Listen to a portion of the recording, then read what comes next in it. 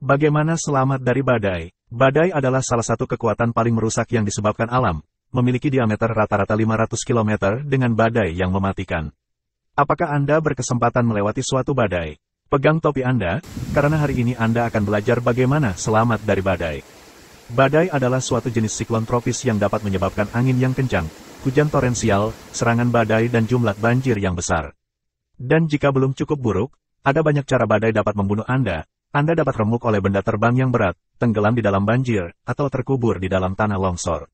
Intinya, serangan tersebut adalah kekuatan yang tidak dapat dianggap enteng. Jadi, misalnya penyiar perakiraan cuaca membatalkan rencana Anda untuk hari itu dengan mengatakan badai sedang mengarah kepada Anda. Apa yang Anda lakukan? Apakah Anda dapat melawan kekuatan alam? Atau itukah waktunya untuk Anda mengatakan selamat tinggal?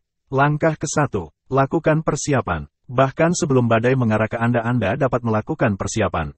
Anda dapat melakukan hal-hal seperti memasang pintu anti badai, memotong pohon di sekitar rumah Anda, dan membeli genset kecil untuk berjaga kalau listrik mati. Anda juga harus menyimpan berbagai kebutuhan, seperti air botol, makanan tahan lama, lampu emergensi dan kotak P3K. Dan jika Anda punya anggaran lebih, pertimbangkan membuat ruang yang aman.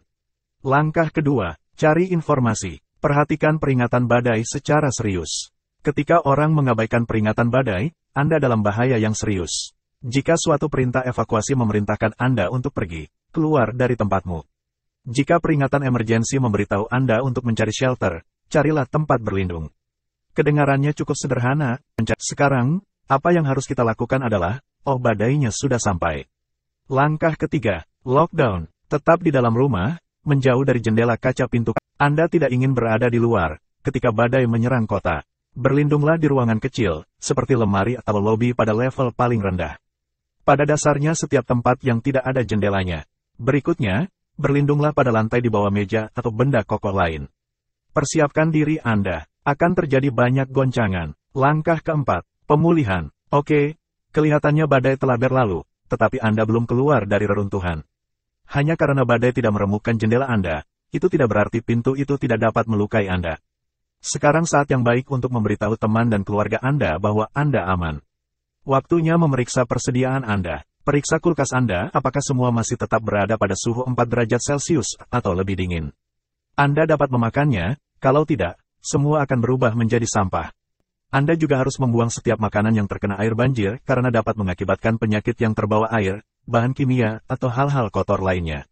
Jangan minum air keran sampai Anda telah diberitahu aman untuk meminumnya. Selamat!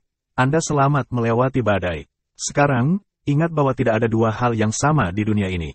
Dalam hal ini, kita beruntung berlindung di rumah kita sendiri, namun kali berikutnya mungkin Anda tidak begitu beruntung. Selamat dari badai semua tergantung pada persiapan dan perencanaan. Lebih banyak yang Anda lakukan untuk persiapan sebelumnya, semakin besar kesempatan Anda melewatinya dengan mudah. Persiapkan suplai, makanan, kotak P3K, dan ingat selalu berjaga.